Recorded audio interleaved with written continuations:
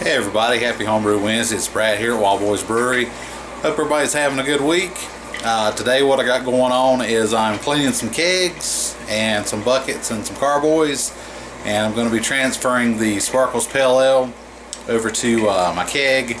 I'm going to carb it up, and then I'm going to bottle it for my co-worker. And so it'll be just like beer you buy out of the store. There won't be any trub, and she won't have to wait 2 weeks to drink it. She'll be able to drink it in about 5 days or so. And since I'm going to be emptying out the Sparkles Pale Ale keg, then I'll still have another keg. That one will be, I'll re-clean it, and I'll put my R&R clone with Puka Style Editions Coconut IPA in that. And I'm going to be transferring that one to secondary today, putting it on the dry hop. You dry hop it for 7 days, and then you put the coconut in the keg while you carb it up. And then after that, you're ready to drink it. So that should be ready to drink in about 2 weeks or so, and we'll check it out and see how that goes, and then I'll let you know how the Sparkles Pale Ale is too. And right now I'm just going to show you some quick footage. I've already cleaned and sanitized, but cleaned that bucket, and I'm using my keg washer. And then right now I'm got PBW in it, and I'm cleaning this keg out. I've got it hooked up to the beer side, flushing the tube out. That's been going now for not quite 10 minutes. So once it hits the 5-minute mark and there's 5 minutes left, I'll unhook that and hook up the gas side so it'll flush that tube out. And then you've got this basin down here that you can't see it, but the lid is in that basin floating, and I got to clean that keg too next. And then once I get everything hit with PBW for 15 minutes, then I'll change the fluid out and put sanitizer in it, and then sanitize everything. Then I can go ahead and start doing my transferring and stuff. So I might come back and show you a final gravity on what the Sparkles Pale Ale hit. It got down to 1016, which was where it was supposed to be. Not sure if it'll drop anymore. I'll let you know here in a minute if it did. And we'll be back here in a moment.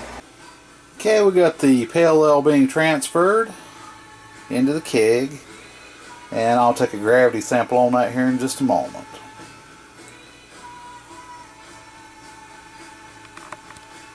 Alright, looks like we did drop a little bit more in that week since I transferred to secondary. We are down to about 1014. So that's going to boost the ABV up a little bit. I'm glad I kind of stopped it where it's at. I didn't want this one to get super dry. It's English ale yeast, so I was kind of surprised it dropped a little bit more than what it did. But this is off the bottom part of what I transferred, and so that's why it's kind of milky looking. It was really clear. So I'm going to go ahead and pour this in a glass and take another sample of it and check it out. Be right back. Alright, measured this and it dropped down to 1014, so it's going to be a little bit drier than what it would have been last week if I'd kegged it up last week. But I was kind of surprised the English ale yeast did drop down a little bit more. Get a nose on it. Fresh pineapple, citrus, and a little bit of grapefruit, just like it was last week. Thing tastes great.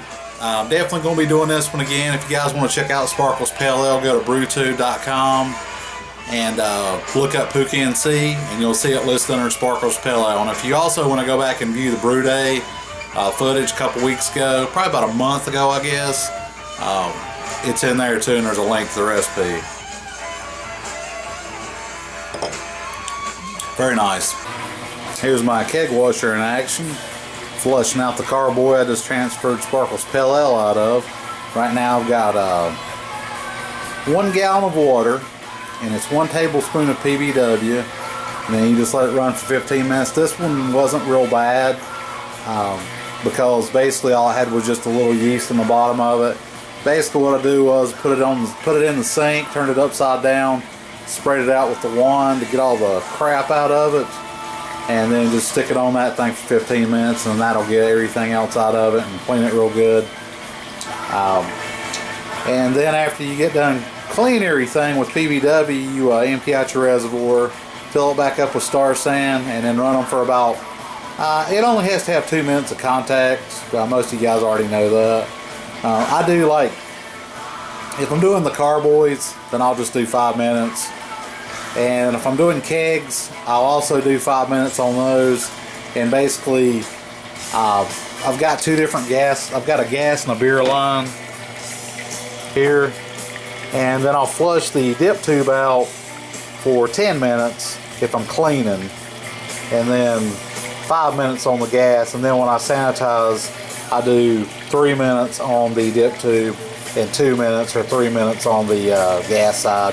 And that keeps you from having to break down your kegs to clean them out, because you can just flush them out with the pump. It does a pretty good job. Okay, I'm getting ready to do the dry hop on my R&R Coconut IPA with Puka Style Additions. I'm going to do 1 ounce of Leaf Amarillo, 1 ounce of Meridian, half an ounce of Citra, 1 ounce of Calypso, and 1 ounce of Topaz. And that's what's going in. It'll be 4.5 ounces on my dry hop. And then when I keg it, I'm going to do the other, whatever the hell it is, the 12 ounces of toasted coconut, 7 days in the keg. And that's going to wrap it up. Coconut IPA sample here. This is the first little runnings that came out of the primary, so it's really milky looking. Transferred it over to secondary and put it on the dry hops. And the best way I can describe it is just the most wonderful tropical fruit smell you ever smelled in your whole life. My girlfriend described it as like a, she said it reminded her of tropical fruit lifesavers. Of course, obviously it's more complex than that because of all the different hops that are in it, but this is without the dry hop and just a gravity sample, which is 1019 right where it's supposed to be, so I'm pretty happy about that. It just smells great. You get that coconut from it, all the tropical fruits. It just has this really nice, mild kind of fruity, just yum. Getting like this mango type of mango and pineapple, the coconut. It just smells great, and this was without the dry hop, so this thing's gonna be awesome. Check this out here. Cheers.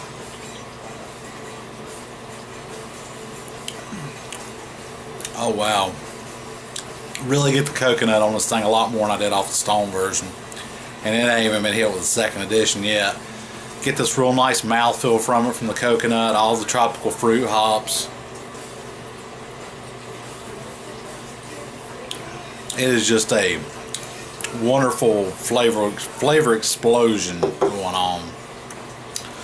I think that one's going to be an awesome one. That's definitely probably going to be one I'm going to do again. I'm going to step back here and show you what it looks like on the dry hop, because there is a ton of dry hop in this thing. So hold on just a second, I'll be right back. Alright, and that is the Coconut IPA on the dry hop. There's 4.5 ounces, 1 ounce of pellet, or excuse me, 1 ounce of Leaf Amarillo, and the rest of it's pellet. And this thing, it just smells like it is just awesome smell. It gets like mango, pineapple, oranges, just the tropical fruit bomb from hell, or from heaven, whichever way you want to look at it. It is kick ass. So we're going to let that sit for 7 days, and then next Tuesday I will be kegging it up and then putting the other 12 ounces of toasted coconut in a mesh bag, and then putting that in the keg. And there's my mesh bag. Use a paint strainer bag. That's what I did with the first one. Keep it out of the wart. Alright, that's going to wrap it up. Hope everybody has a good one. I'll see you guys next week. Happy Homebrew Wednesday. Cheers.